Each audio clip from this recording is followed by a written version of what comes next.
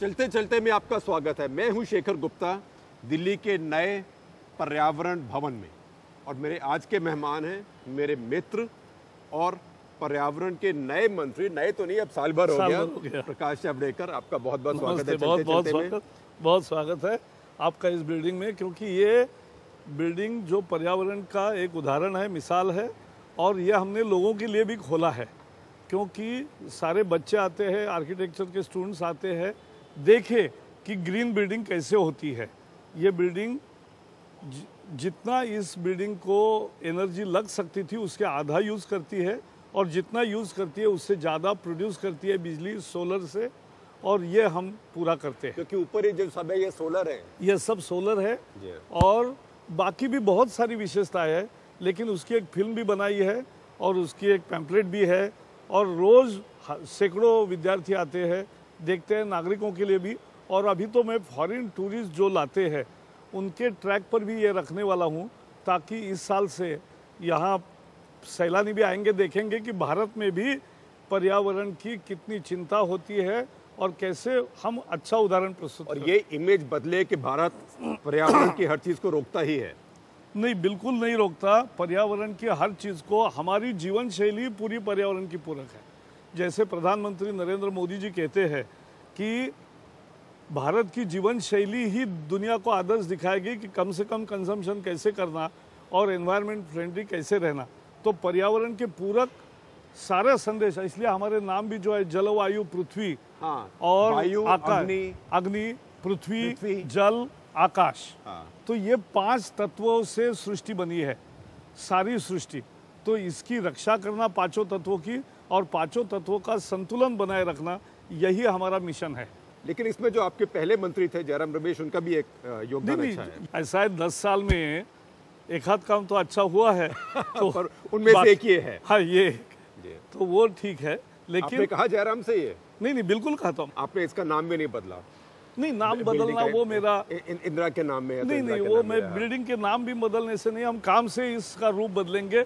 जो मंत्रालय एक क्लोज डोर था, रास्ते की रुकावट, तरक्की का रुकावट बना था, जो एक तरह से यहाँ टैक्स कहते थे और हर चीज के दाम होता था, ऐसा लोग कहते थे। आपके प्रधानमंत्री ने एक टैक्स बोला था। हाँ, तो वो यहाँ सब समाप्त हो गया, ओपन हो गया। जयंती टैक्स बोला था लेकिन जयंती जी ने एक पत्र भी लिखा है सोनिया जी को, और उसमें तो उन्होंने कहा है कि उनको कहाँ से आदेश आते थे, कैसे बंद होते थे, किसकी फाइल रोकते जाती थी, वो एक अलग कहानी है। मैं उसमें आज नहीं जाना चाहता। मैं अलग से जा रहा हूँ कि हमने इसको, तरक्की के बनाम पर्यावरण नहीं होता है, पर्यावरण की रक्षा और तरक्की दोनों साथ साथ हम कर सकते हैं।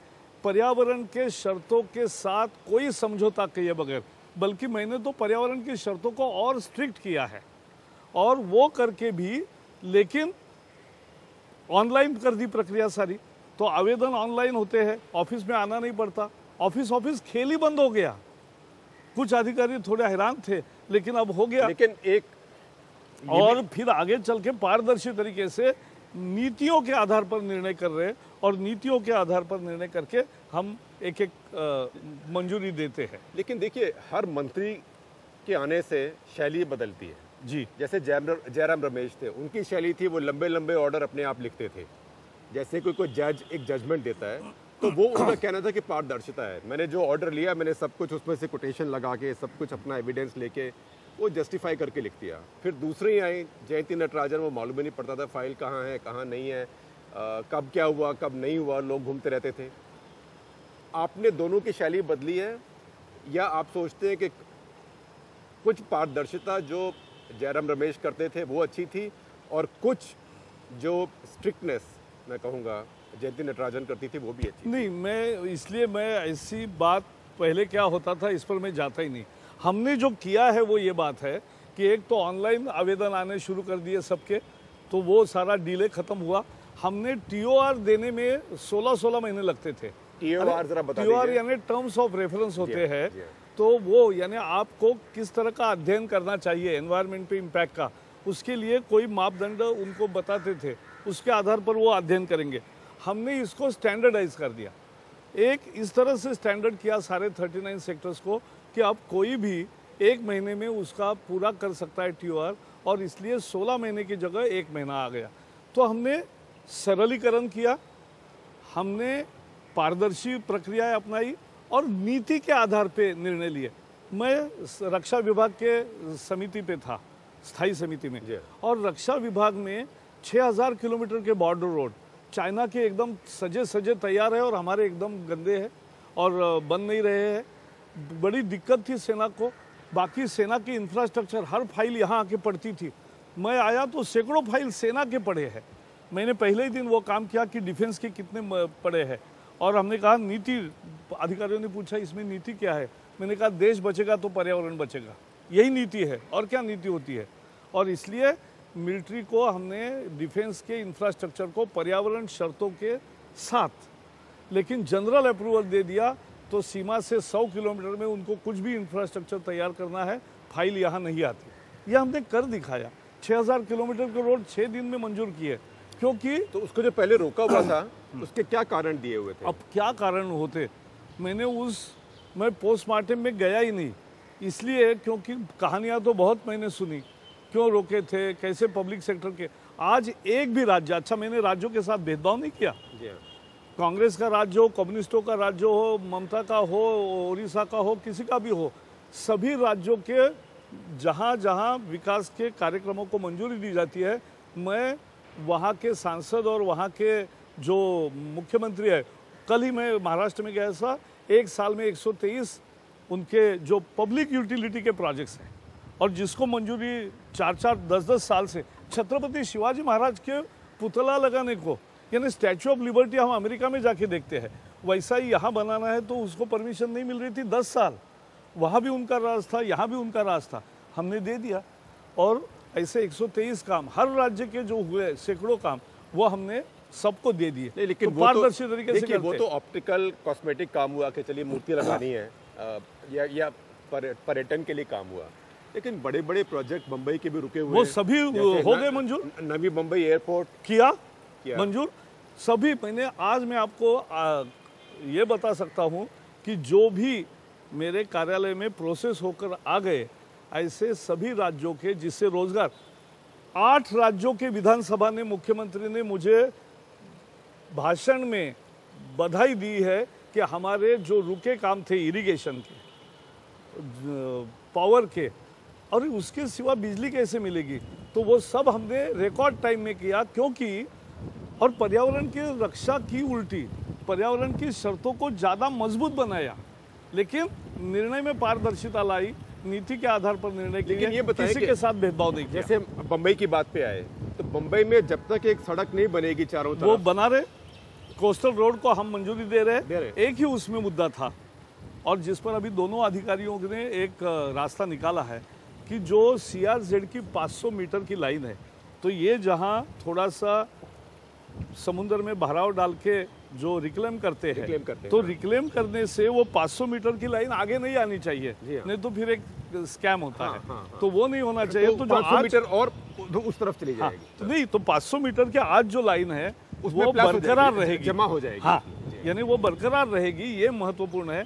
तो वो भी मुद्दा लगभग सॉल्व हो गया है। मुझे लगता है आने वाले 1 महीने में कोस्टल रोड को भी हम मंजूरी देंगे, क्योंकि उससे प्रदूषण कम होगा। जी हाँ, मुंबई के कोस्टल रोड को जब परमिशन मिलेगी, तो आज जो सारी खचाखच भरे सड़कें जाती है, जब कंजेशन होता है तो प्रदूषण बढ़ता है।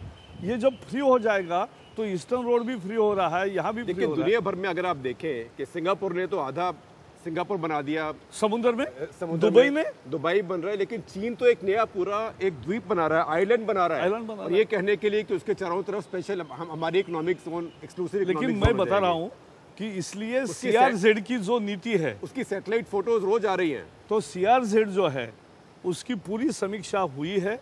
उसका रिपोर्ट शैलेश नायक कमेटी का रिपोर्ट आया है, अब कैबिनेट के सामने वो जाएगा। लेकिन क्योंकि ये एक बड़ा होगा, दुनिया का टूरिज्म कैसे चलता है, समुंदर साफ, हमें 7500 किलोमीटर की समुंदर की लाइन है और किनारा है 5500 मेन पे, और जो हमारे आइलैंड्स है वहाँ मिलके 7500 किलोमीटर। इसकी रक्षा करना, उसके मैंग्रोव्स की रक्षा करना, उसके मरीन लाइफ की रक्षा करना, साथ साथ ऐसी तरह से उसमें गंदगी न आए ये देखना, और उसके साथ विकास को भी नहीं रोकना। कैसे पर्यावरण पूरक विकास होगा? मुंबई में मैं देखता हूँ कि CRZ के कारण सब जो झुग्गी झोपड़ियां हैं वो वही बस और वो वल्नरेबल है, उन्हीं को सुनामी में नुकसान होगा। उनकी गंदगी सब आके उनके प्लास्टिक के थैले मैंग्रोव्स में अड़े हुए हैं। आपने अच्छा जिक्र किया, प्लास्टिक 15,000 टन हर रोज अपने यहाँ तैयार होता है और यूज होता है, और 9,000 टन का कचरा प्रोसेस होता है, कलेक्ट होता है, लेकिन 6,000 टन रोज बढ़ रहा है और ये सैकड़ों साल रहेगा। तो ये ढेर के ढेर लग रहे। अब उसमें टेक्नोलॉजी भी नई आई है, उससे ऑयल बनेगा, उससे कुछ नए प्रोडक्ट बनेंगे, लेकिन उससे ज़्यादा हम प्लास्टिक वेस्ट का कार्यक्रम शुरू किया है, जन आंदोलन बना रहे। मैं अगर आपको दिल्ली के बाहर ले चलूं, जी, ये दिल्ली के उत्तर की तरफ, जी, जहाँ रिंग रोड है जो कि नेशनल हाईवे 1 है, जी, उसके दाईं तरफ पुरानी लैंडफिल है। जी, आप उनका वही स्थिति हो गई है जो फिलीपींस में लोग बोलते थे स्मोकी माउंटेन। हाँ बस आप वैसे वो प्लास्टिक माउंटेन है। नहीं, उसके अंदर धुआं निकल रहा है अपने आप आग के।